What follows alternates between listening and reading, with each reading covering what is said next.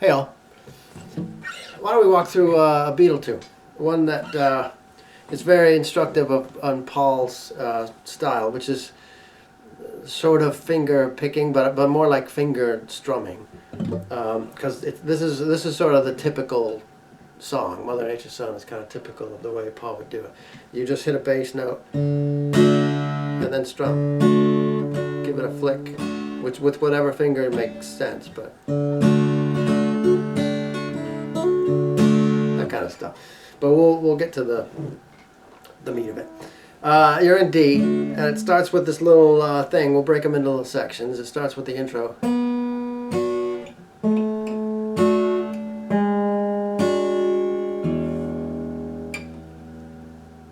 Right? On your B minor, if you barred a B minor, it'd be like that. This is just the top end of it. G, B, and E strings of a B minor. And you walk down the G string, pick, flick, pick to second fret, flick, and then first fret. Then an open E string. So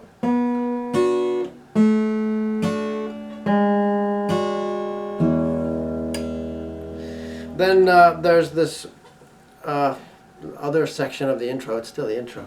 And if you listen to the outtakes of it, the bootleg stuff, I don't think Paul even did that, this little bit.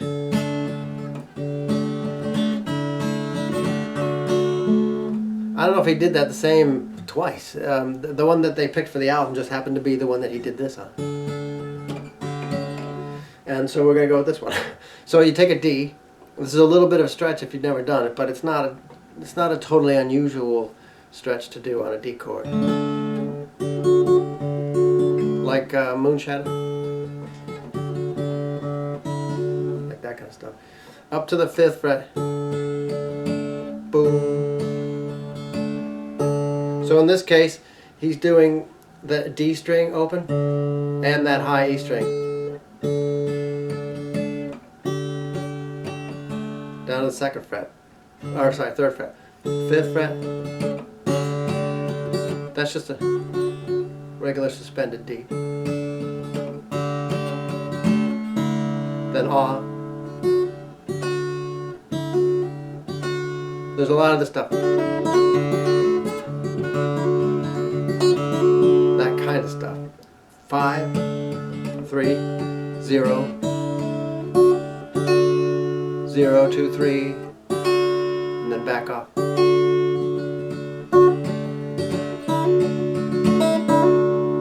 Right? So listen to the recording, but it's all this. It's all that.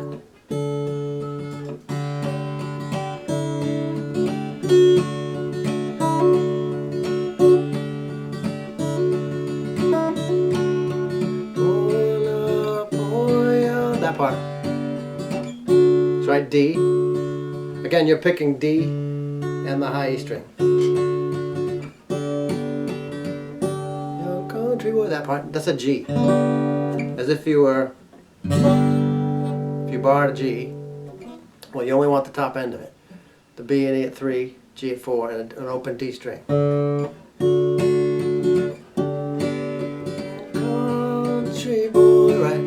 Back to D. And then the same as the intro. Mother Nature's Son.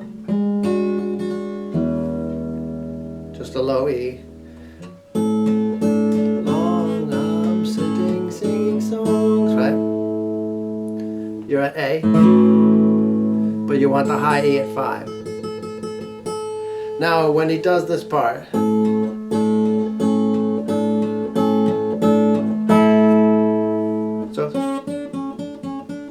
on the B string, 2, 3, 2.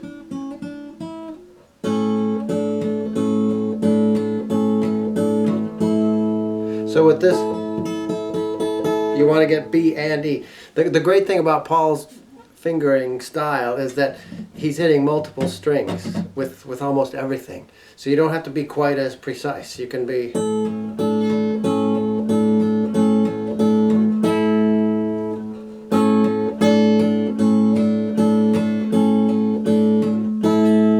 For everyone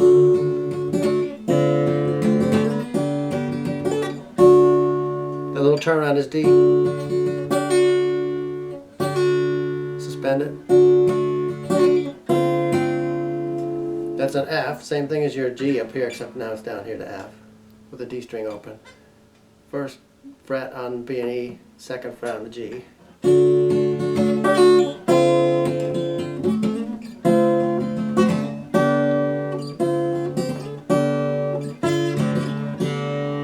Right? It's actually like a, looks like a D minor 7.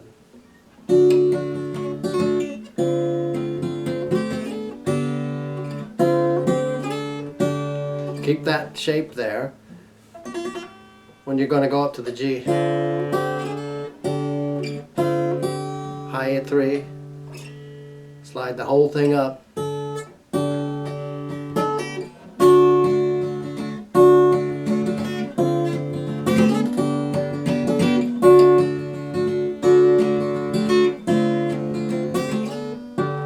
That's the G. High E, 5-3.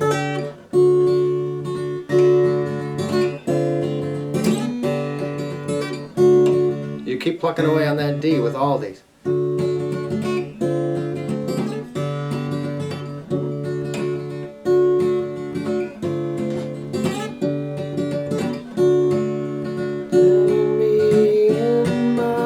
Same thing, no grass, right? B minor, walk down D, first fret G, string. Second time through, it doesn't just hit, it actually climbs up. So low E, slide up to 4, and then A at 2, D at 2.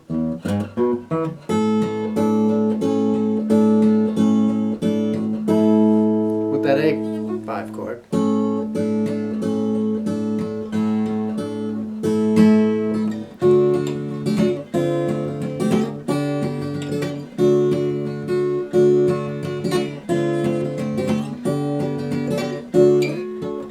Now we go into that do do do do, right?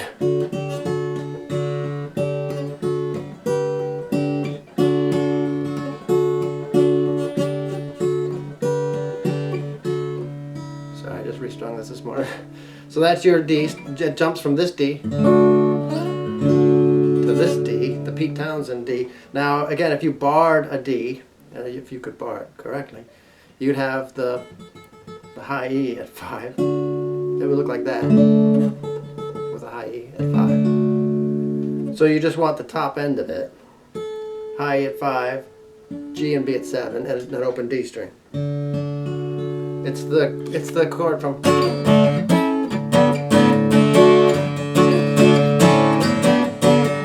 It shows up in a lot of pop songs.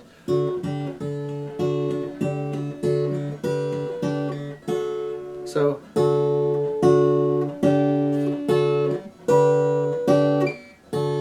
that's going to take a little doing on the high end. Your thumb is just hitting the D on each of these.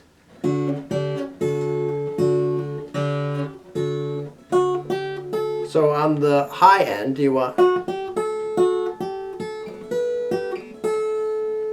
right? So it's B, suspend B up, and then the high E string. Back to the B string, suspend. Right?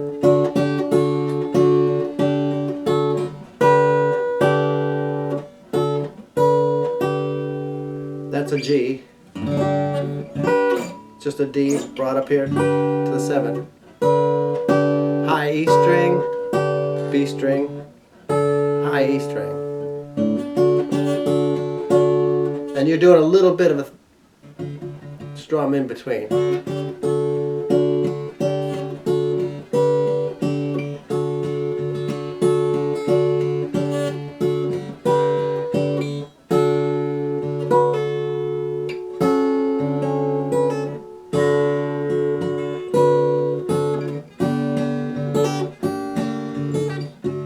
Let's get into that. So you go to this.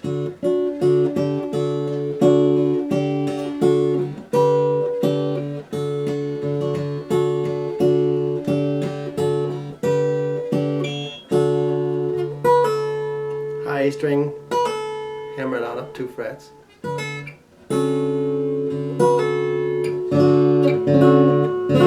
That's the chord shape you're going to do with this in between on the high E string. So D,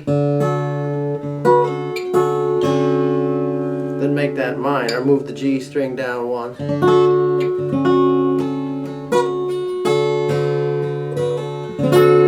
The third one is all 3 G, B, and E at the 5th fret. But you need to have the B string up 2 frets from there at the 7. So it's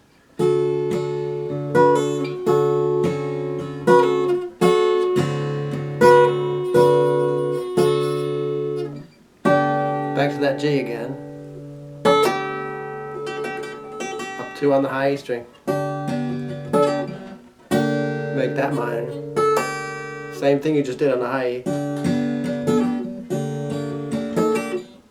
Back to home base.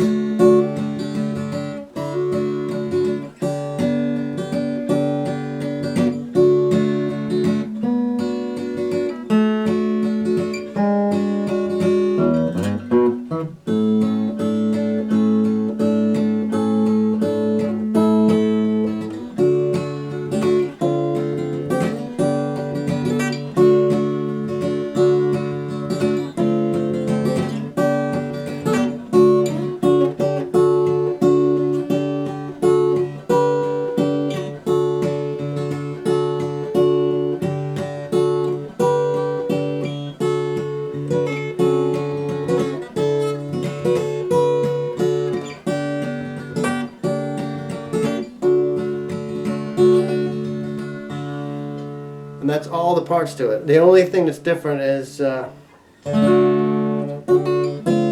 very end.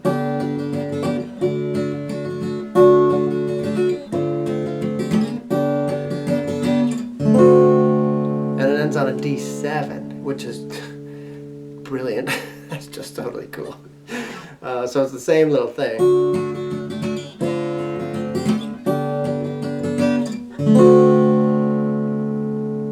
D7.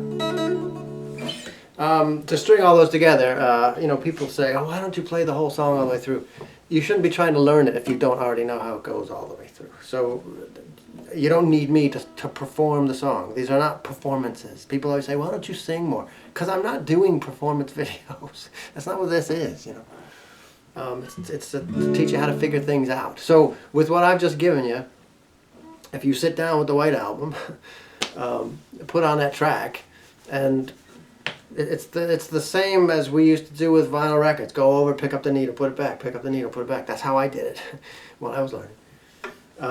It's the same thing. Just pause it, rewind it 15 seconds. Go, do this opening section until you have it, and then move on to the next thing. Do this till you have it.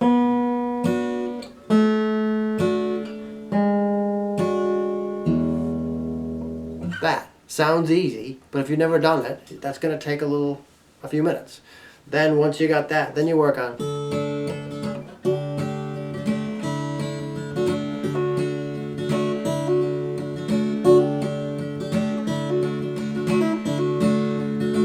Then that's the next thing to learn. And then after that,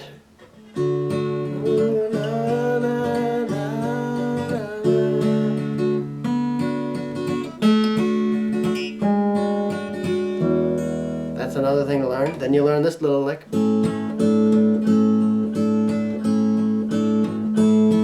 That's another one. And then there's this.